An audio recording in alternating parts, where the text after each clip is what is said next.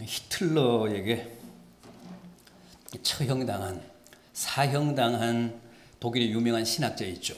디트리시 보네퍼라고.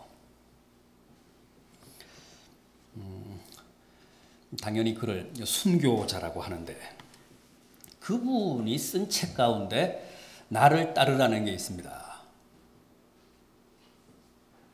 폴게 미어 나흐, 나를 따르라. 마태복음 5장, 6장, 7장 산상보훈을 해석하면서 주님을 따르는 제자들에게 꼭 필요한 덕목을 다룬 기독교 윤리학 책입니다.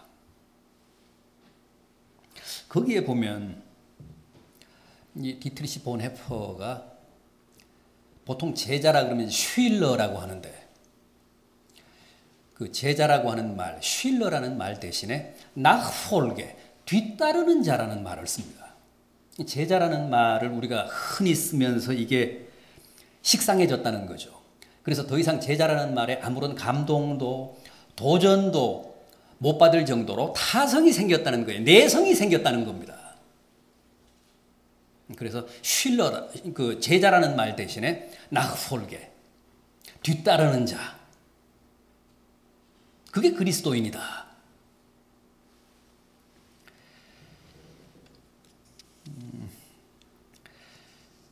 오늘 본문에도 주님이 나를 따르라 그러셨습니다. 우리가 함께 교독한 59절 보면 어떤 사람에게 주님이 나를 따르라, 제자가 되라는 거죠. 내 제자가 되라. 그런데 62절 오늘 본문 마지막 절에 보면, 마지막 그 62절 하반절을 보면 하나님 나라에 합당하지 아니하니라, 그런 말씀도 나옵니다. 하나님 나라에 합당하지 않다. 결국 이 말씀은 너는 내 제자가 되기에 합당하지 않다. 너는 나를 따르기에 합당한 자가 아니다. 이제 그런 말씀이죠.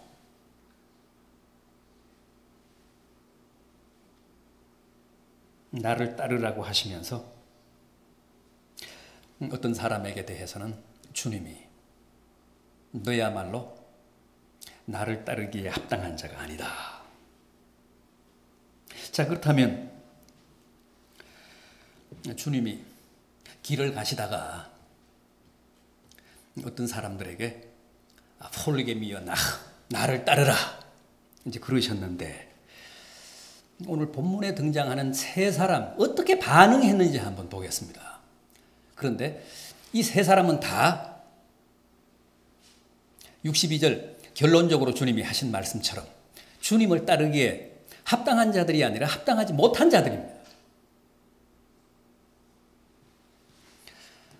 주님의 제자가 되기에 합당치 못한 자들의 세 유형, 그게 오늘 본문의 내용입니다. 대체 어떤 사람들이 주님을 따르기에 합당한 자들이 아닌지 확인해 보겠습니다. 첫 번째 케이스 어떤 사람입니까? 사실 이 사람은 주님이 따르라고 하지 않았습니다. 나를 따르라 그러신 대목이 없습니다. 그런데 그 사람 쪽에서 자진해서 주님을 따르겠다고 나선 사람입니다. 57절을 보십시오. 길 가실 때 어떤 사람이 여짜오되 어디로 가시든지 나는 따르리이다. 그냥 따르겠다도 아니고 어디로 가시든 따르겠다. 이 사람은 어떤 사람입니까? 이런 사람은 어떤 케이스입니까? 맹목적인 사람, 경솔한 사람. 그러니까 당신이 가시는 곳이면 어디든 가겠습니다. 사랑에 빠진 순진한 소녀 같은 사람. 이런 사람의 한계가 뭡니까? 이런 사람의 문제가 뭡니까? 의뢰이 행복하리라는 전제만 가지고 있는 거예요.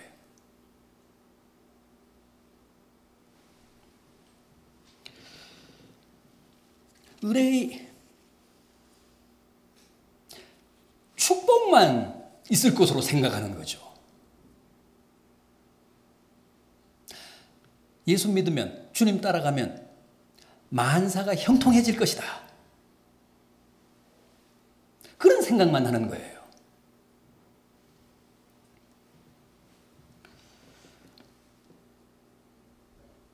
그래서 주님이 어떻게 반응하셨습니까? 넙죽 접수를 하셨습니까? 주님 쪽에서 나를 따르라고 하지 않았는데 본인이 스스로 어디든 내가 주님을 따라가겠습니다 하고 자원하고 나선 이 사람. 주님이 당신의 제자를 삼으셨습니까? 아니요. 대신 냉엄한 현실을 말씀하셨습니다. 뭐라고 하셨습니까?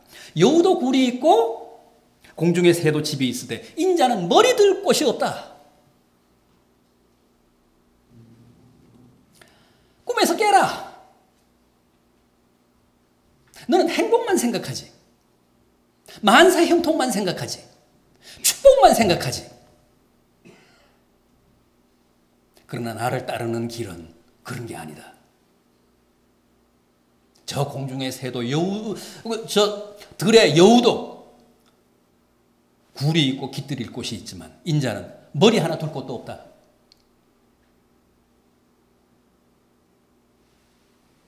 나는 거지 같은 사람이다. 그러니 나를 따른다는 게 얼마나 고생스럽겠느냐.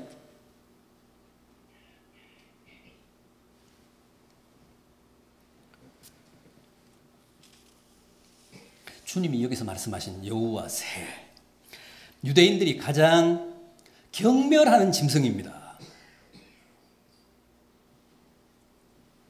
우리말에도 저 여우 같다. 아주 간교한 사람을 말하잖아요. 유대인들도 그런 뜻으로 여우를 그 여우라는 말을 씁니다. 늘 교활하게 이스라엘 백성들을 괴롭힌 암몬 족속을 여우라고 했습니다. 주님이 헤롯 왕을 저 여우 그랬죠. 새도 마찬가지입니다. 새는 때로 몰려와서 애써 농사 지은 것 먹어버린다고 해서 아주 유대인들이 싫어했습니다. 에돔 족속, 로마인들을 흔히 유대인들이 새라고 했어요. 우리말로 하면 오랑캐라는 뜻이죠.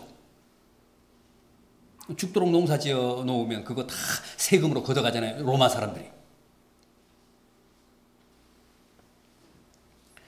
그러니까 여우와 새는 다 경계와 미움의 대상입니다. 그럼에도 그들조차 굴이 있고 깃들일 곳이 있는데, 보금자리가 있는데 인자는 머리 둘 곳도 없다.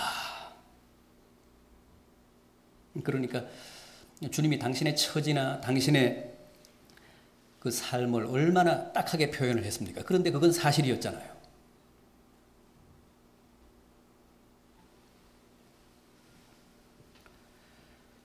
따라서 오직 행복하리라는 전제나 축복만을 전제로 주님을 따르겠다고 나서는 것은 잘못됐다는 거예요.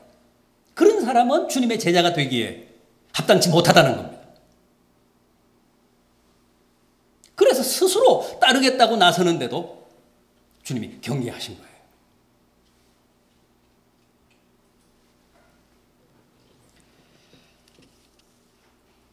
결국 이 사람은 주님의 그 말씀에 실망하고 돌아간 것 같습니다.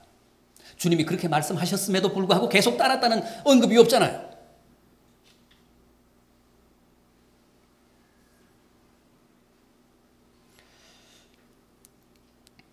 여러분,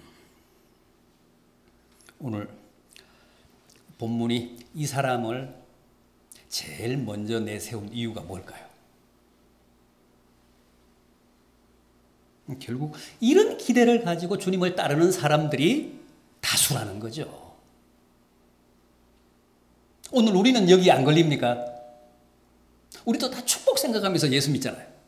만사 형통하며 생각하면서 기대하면서 주님 따라가고 있잖아요.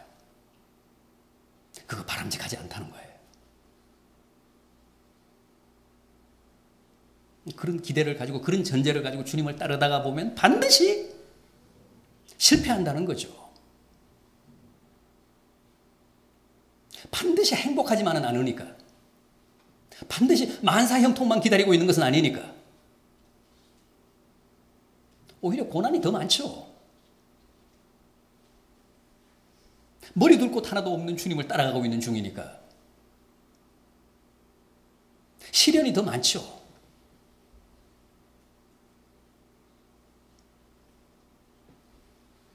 십자가를 지고 주님을 따르겠다고 해야지. 행복한 것, 무슨 성공, 형통, 이런 것만 생각하고 주님을 따르다가는 반드시 실패하고 만다는 거예요.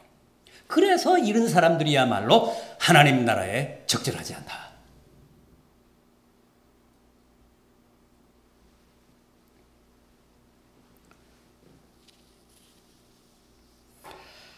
두 번째 케이스는 어떤 사람입니까? 이번에는 주님 쪽에서 나를 따르라 그랬습니다. 폴게미여 나를 따르라. 물론 이 사람도 주님의 요구를 거절하지 않았습니다.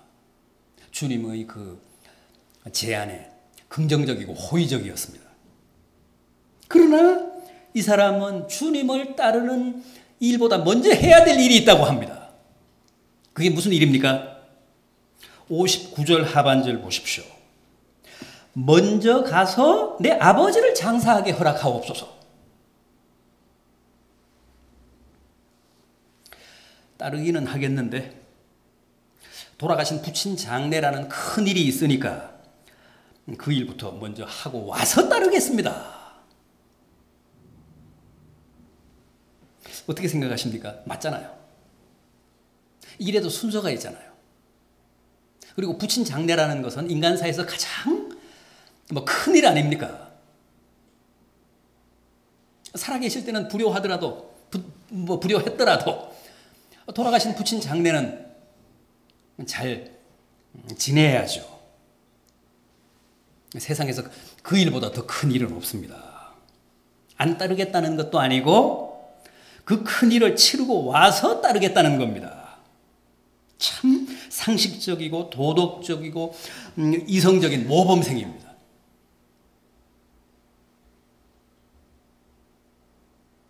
그래서 주님이 그 사람의 말에 동의하셨습니까? 놀랍게도 허락하시지 않았습니다. 죽은 자들로 죽은 자를 장사하게 하고 너는 나를 따르라.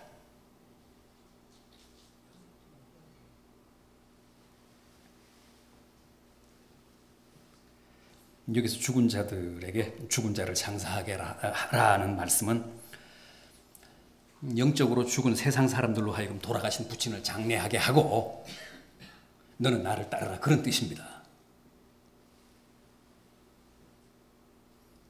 너 아니어도 장례할 사람들이 있으니까 비록 아들이긴 하지만 너는 나를 따르고 다른 사람들에게 부친 장례를 맡겨라. 주님 이 말씀의 핵심이 뭘까요? 여러분들은 이 대목을 어떻게 해석하십니까? 평상시라면 아들이 아버지의 장례를 치르는 게 도리죠. 그게 맞습니다. 그게 옳습니다. 그러나 인간사에서 가장 엄숙하다는 부친 장례조차도 주님을 따르는 일 앞에서는 절대 우선순위를 주장할 수 없다는 거예요.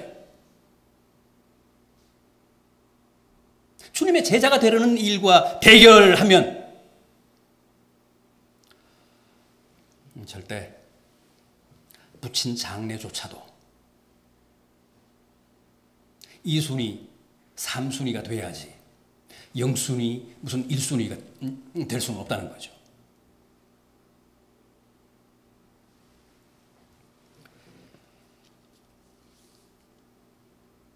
만약 부친 장례를 주님 따르는 일보다 더 중하게 생각해서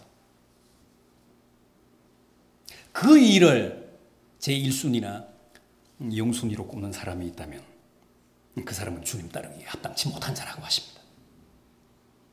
두 번째 케이스가 바로 그런 사람입니다. 따르기는 따르겠는데 그 일이 제게는 지금 더 절박합니다. 더 중요합니다. 그 일 처리하고 와서 따르겠습니다. 주님 따르는 일은 2순위입니다. 현재 저로서는 그게 0순위입니다. 그렇게 고집했기 때문에 주님의 초청 자체를 거부한 게 아님에도 불구하고 너는 내 제자가 되기에 합당하지 못하다.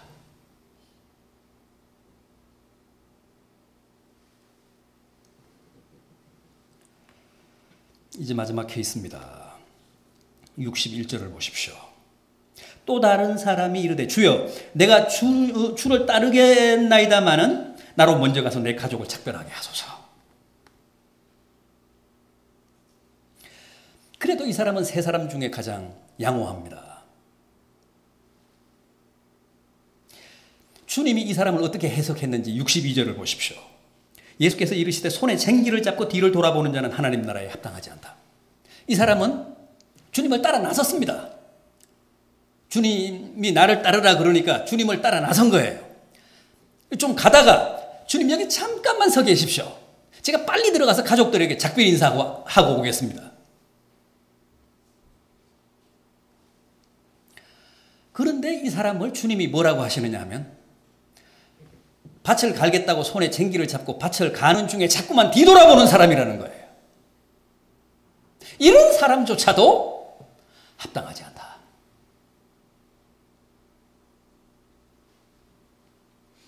이 경우도 마찬가지죠. 평소라면 이게 상식적이죠.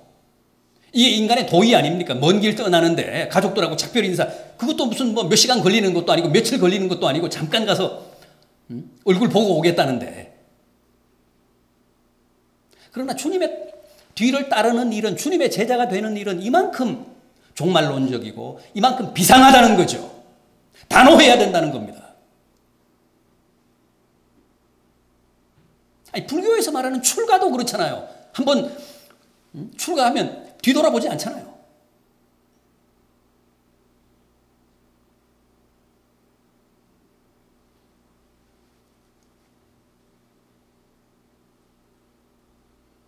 따르면서도 자꾸만 뒤돌아보는 사람. 이런 사람 많잖아요. 주님의 나를 따르라는 말씀을 접수해서 주님을 뒤따라가면서도 자꾸만 뒤돌아봅니다.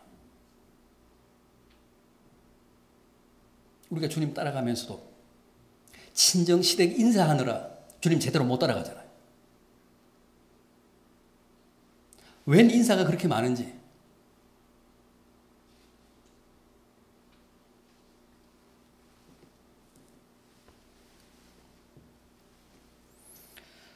어김없이 우리도 다 여기에 해당되는 것 같습니다. 그래서 자꾸만 주님을 따르는 일이 지체되고 미뤄집니다. 롯의 처도 결국은 쟁기질하며 뒤돌아보다가 망했잖아요. 소돔성에서 탈출을 했습니다. 구원의 성인 소아를 향해 뛰다가 뒤돌아보는 바람에 소금 기둥이 됐잖아요. 이스라엘 백성들 보십시오. 애굽에서 탈출했잖아요. 출애굽했잖아요. 그런데도 가나안을 향해 가며 자꾸만 뒤돌아보다가 다 객사했잖아요. 다 광야에 뼈를 묻었잖아요.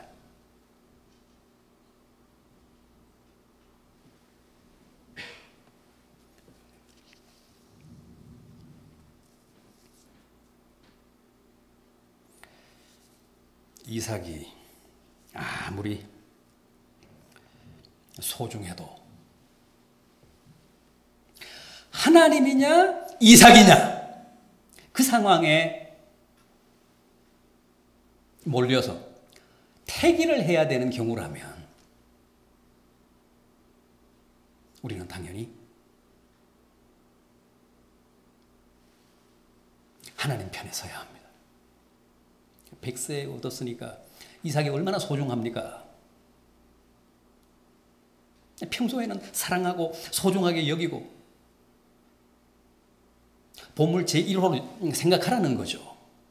그러나 이삭이냐 하나님이냐의 상황에서는 이삭 택하다가는 큰일 납니다. 이삭도 놓치고 하나님도 잃어버립니다.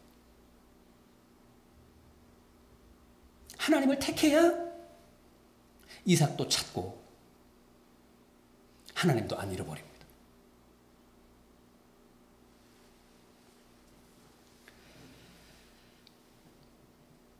여러분, 오늘 주님을 따르고 주님의 제자가 된다는 게 과연 무엇을 뜻하고